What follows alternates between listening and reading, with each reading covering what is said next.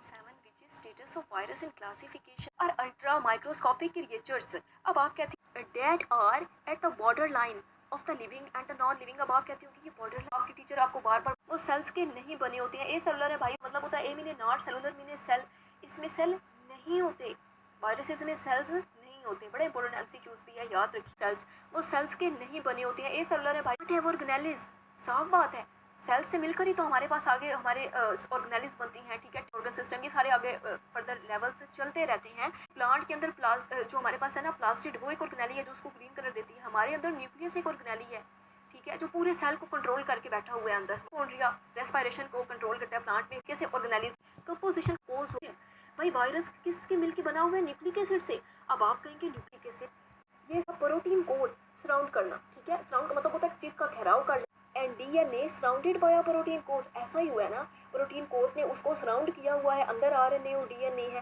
ठीक है। उसके बाद मेटाबॉलिज्म, रन मेटाबॉलिज्म, ये मेटाबॉलिज्म को नहीं चला सकते, उसको रन नहीं कर सकते, ठीक है। अब ठीक है, किस तरीके का प्रोसेस वो देख लें।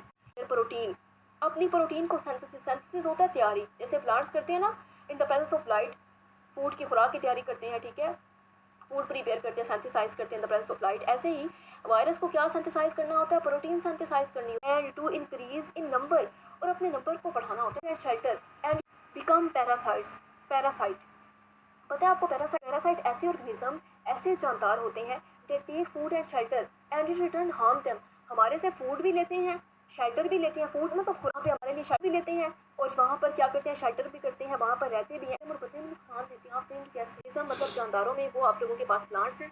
अब नेक्स्ट पेज पर क्या, ठीक है, इस तरह के ऑर्गेनिजम्स जितने भी इन द क्लासिफिकेशन सिस्टम, जरा फोकस कीजिएगा इस क्लासिफिकेशन सिस्टम को।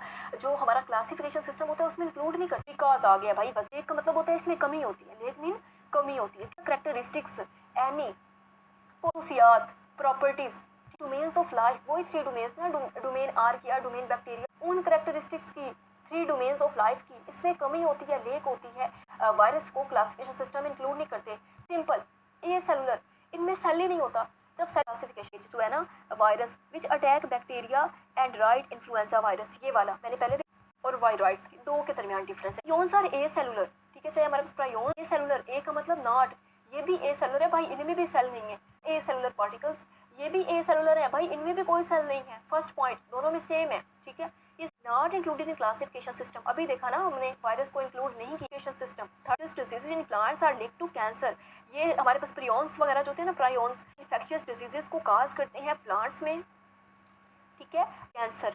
उसके बाद वायरॉइड्स की बात करें तो यहाँ पर भी यही है कि cause infectious diseases in plants are linked to cancer. वैसे आपके माइंड में it is composed of protein only, ये कंपाउंड्स, पी से प्रायोन्स, पी से प्रोटीन, पी से कंपोज्ड ऑफ प्रोटीन ओनली, ये सिर्फ प्रोटीन से मिलकर बना होता है। वायरॉइड्स की बात करें, prions to say that insects are made up of protein only, and when we talk about viroids, viroids are made up of